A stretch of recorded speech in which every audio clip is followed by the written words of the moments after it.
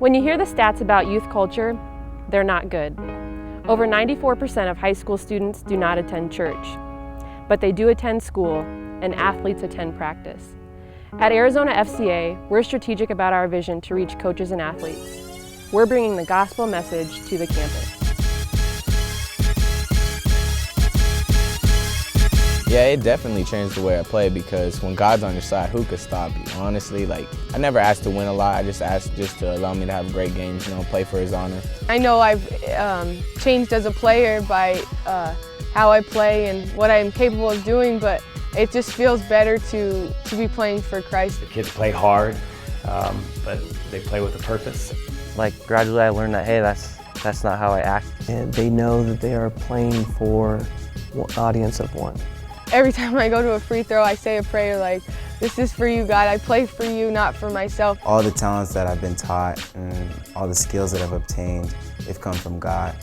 And I'm just His vessel that He's using it through. I give glory to God in baseball by my energy, by my attitude, by putting forth an effort that people look at it and they're like, hey, he does something different.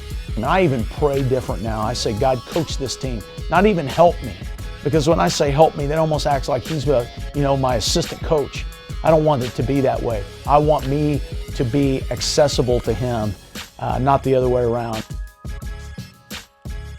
I think in today's society, the coach is one of the few people that still kind of has freedom, can say a lot of different things and have impact. And my calling was to be a leader of young men as a coach and not just teach them how to pass, dribble, and shoot, but hopefully pour into their lives from a spiritual standpoint. Now, you coach to the hearts. I think now with Christ as the center, that's our focus.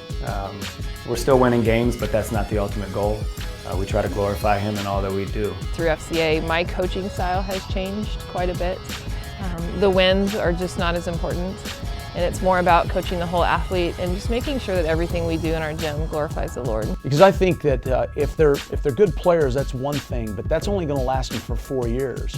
It's a day in and day out process. It's not something that just ends when practice ends. It's a way of life and it's a lifestyle. Hopefully we're developing them as a potential husband and a potential father and a potential community leader where they can pour back in and help others realize what it means to follow Christ.